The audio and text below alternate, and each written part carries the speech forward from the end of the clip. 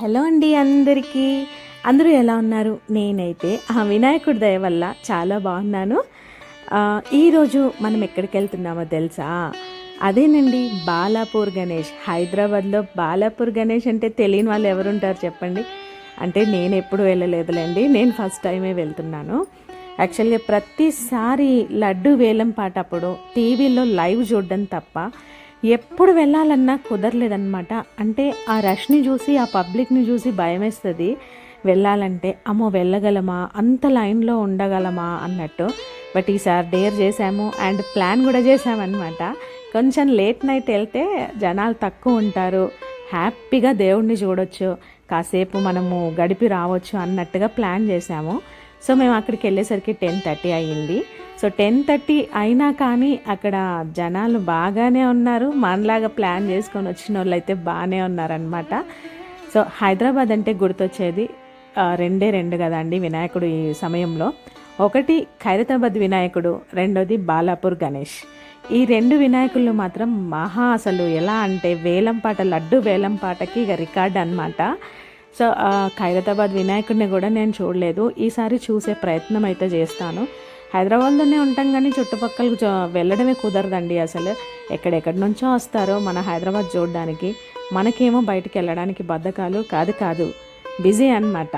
అంత బిజీ ఉంటాం. సో మొత్తానికి గుడికి వచ్చేసాము. గుడికి వచ్చిన తర్వాత నేను ఒకటే షాక్ అయ్యానండి. ఏంటంటే 11 రోజుల కోసం ఇంత కష్టపడతారా? ఇంత కష్టపడి అసలు ఎంత అద్భుతంగా ఉందండి అసలు గుడంతా కూడా.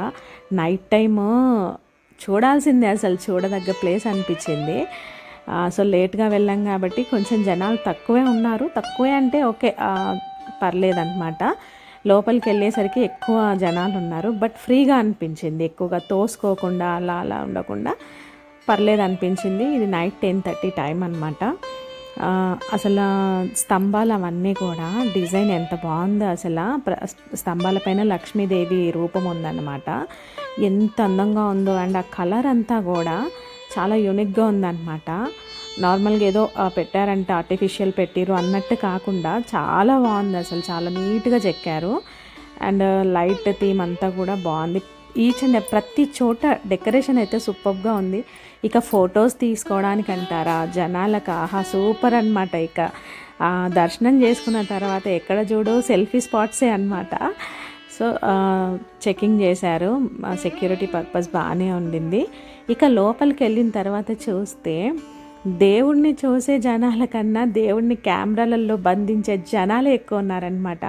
అఫ్కోర్స్ మనం కూడా అదే పని చేసామనుకోండి.